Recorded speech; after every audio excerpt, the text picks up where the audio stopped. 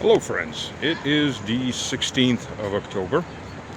This will be a brief video, important message I'm going to be recording soon. I'll put that out later also. So, what do we got? What are we going to talk about? We're going to talk about the Israeli peace agreement, I guess you'd call that, if you can call that. And other moments of America interfering directly into the affairs of nations outside the U.S.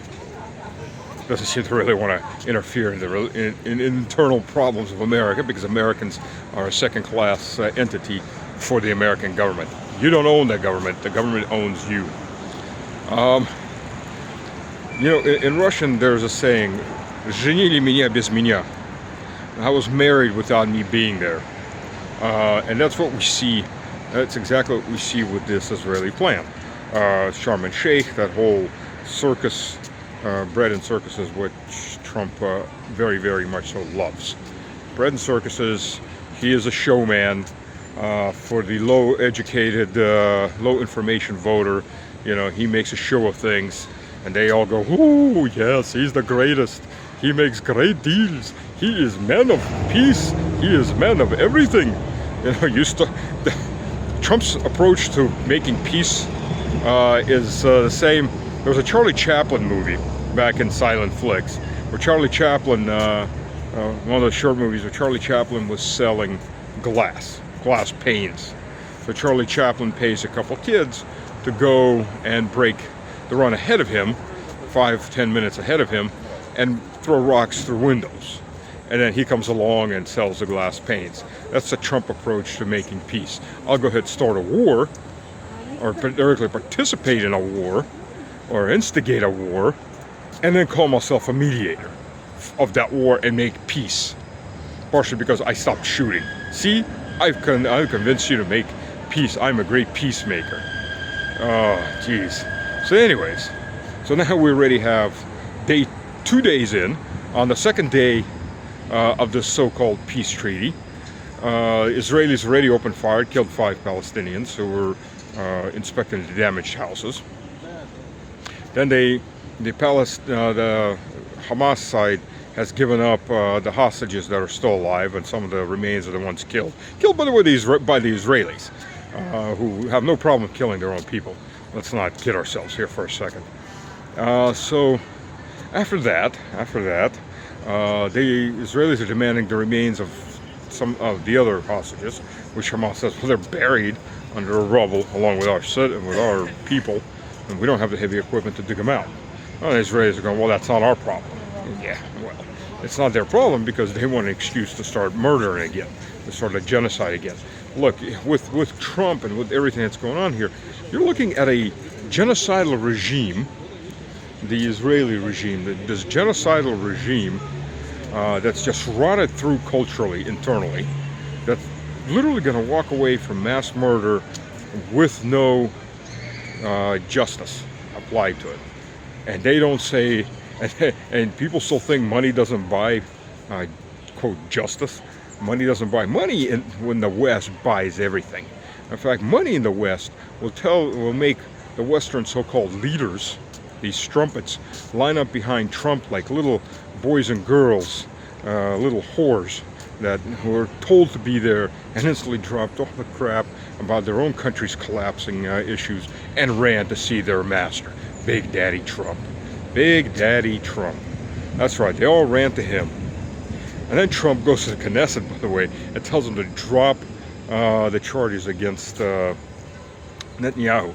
Boy, that's not interference, but hey, then again, we've got Argentina. Melania they are facing with the new libertarian get-out-of-jail-free economic plan. They're looking at a total economic collapse when you're in. And what did Trump say? Vote for the wrong candidate, you don't get our $20 billion bailout. Which were bailouts. So Americans who suffered in Appalachia, Americans who suffered in Hawaii, Americans who suffered in Texas, Americans who suffered in Los Angeles don't get shit. If you're lucky, the ones that suffered in Appalachia, they got something like $1,000 a family. Hawaii was even less than that, down to nothing. That's what they get. Israelis get free health care, Americans get bankrupted on health care.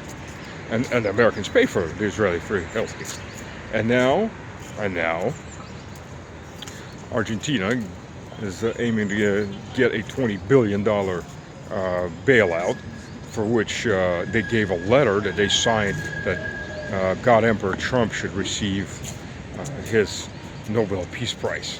That's all in all it costs a promissory $20 billion. There's still elections that have to happen, and we'll see who they vote for. They vote for the wrong people, they don't get their $20 billion, because that's just not influencing elections of a foreign country, not messing in its internal affairs. No, America doesn't do that, except every single opportunity ever gets to do that. Of course, again, doesn't give a damn what actually happens inside the U.S. unless it's all show. But sure as hell gives a damn about what happens in other countries, because that's a lot easier to grift off of. And we're talking all about grifting. Grift. So there's that. This just doesn't end, does it? So we had Rudy, the nominal talking head of NATO, because he doesn't decide anything. But apparently, so NATO was getting up to this point of we're just going to shoot at anything that looks Russian that comes anywhere near our borders, even when our borders are now extended to our neutral territories, the exclusive economic zones, which are neutral waters. We'll just shoot at everything. But, you know, how do you de-escalate when you're on the brink of being exterminated by the nuclear superpower with the biggest army, literally the best army in the world, sitting next door? It really doesn't want to fight you, but you keep insisting and biting its ankles, and it's got the leg up and ready to smack, to stomp your head in. Rudy Tooty yesterday stated that, well, the way they're going to escalate is, because we're so powerful, we NATO, and our joke of armies, because we're just so powerful, if the Russian planes are in our airspace, even if that's not really our airspace, but we're going to make it look like our airspace, we're not going to shoot them down if they're not acting hostile, like say they're flying in neutral territorial waters that just happen to be an economic exclusive zone. We're going to shoot them down, we're going to escort them out. Which is the rational thing to do, unless you really want to, get stomped in the teeth by the big bear next door, who's really, really starting to get pissed off. So yeah, of course, the suicidal Poles and the yab dog mindless pre-bolts were very upset about this. Poland seems to be really itching to go away as a country again. Though, Poland has this one big issue. It's got like a really weird government setup in that you have a president who supposedly has a lot of power, and you have a prime minister that has a lot of power. So it's neither really a presidential republic nor a parliamentarian republic, something in between. It doesn't seem to work too well. So you got Novorossiysk, who seems to realize just how much of a boondoggle shit sandwich he's in, and he's trying to de-escalate and trying to move away, and trying to do something more rational. And then you got the creatures of Ursula, head of whose is Tusk, but not only. I mean, there's a bunch of them. It's not just Tusk. Obviously, there's most of the governments penetrated by these apparatchiks from Brussels, and you got, and they're doing their damnedest and their best to get a big war going. A big war that's going to destroy Poland. I mean, by the time this is over, if they get what they want, Poland will be a ruined wreck. It will be a ruined wreck, and it'll take it another 2-3 generations to recover. They could get Rzecz Pospolita back without being stupid. But Poland has a tendency of picking the wrong sides at all opportunities possible historically, and being stupid.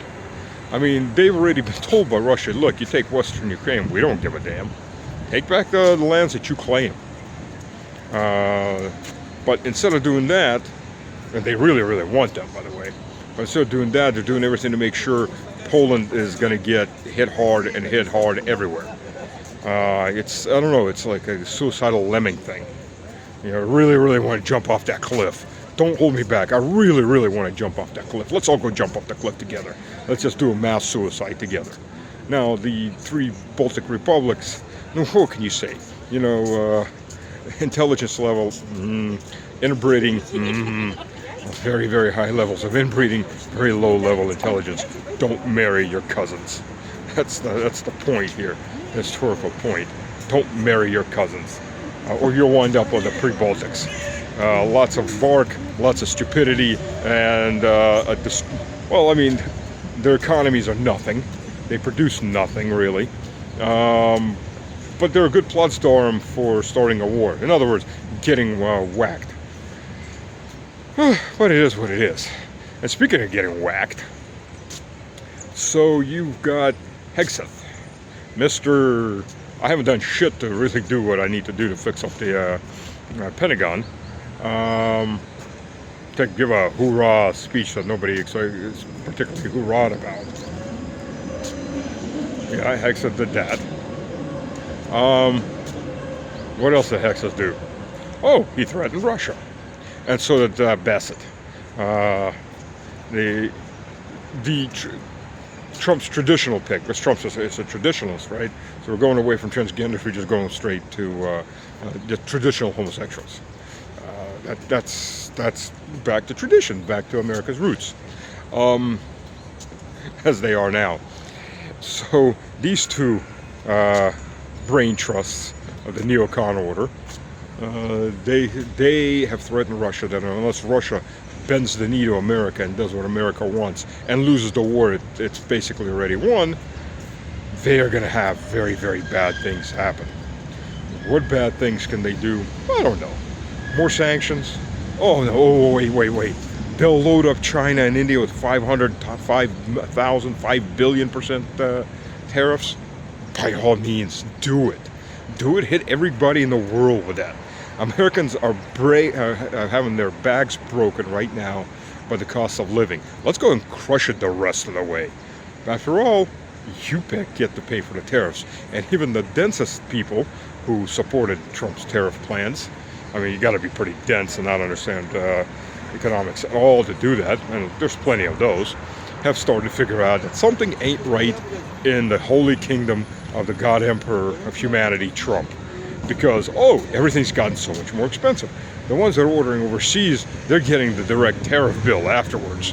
Hey, they really get to see that. Whoops. Yeah, whoops. Yeah. But everybody else is just seeing price increases. You may not understand why they're getting price increases, but they're getting price increased right out of their whatever meager lifestyle they still have left. Face it, your lifestyle is second world at best. Third world is where you're heading. Most American cities are basically already third world hellholes. I mean, interesting. I mean, just look up the top 40 most dangerous cities in the world, except for Cape Town. All of them are in the Western Hemisphere. 2 of them are American cities. It used to be 4, but Mexico keeps sinking. Pretty sure if you go out to 60 worst or most dangerous cities, there's going to be at least 4 or 5 American cities there. Worse than many war zones.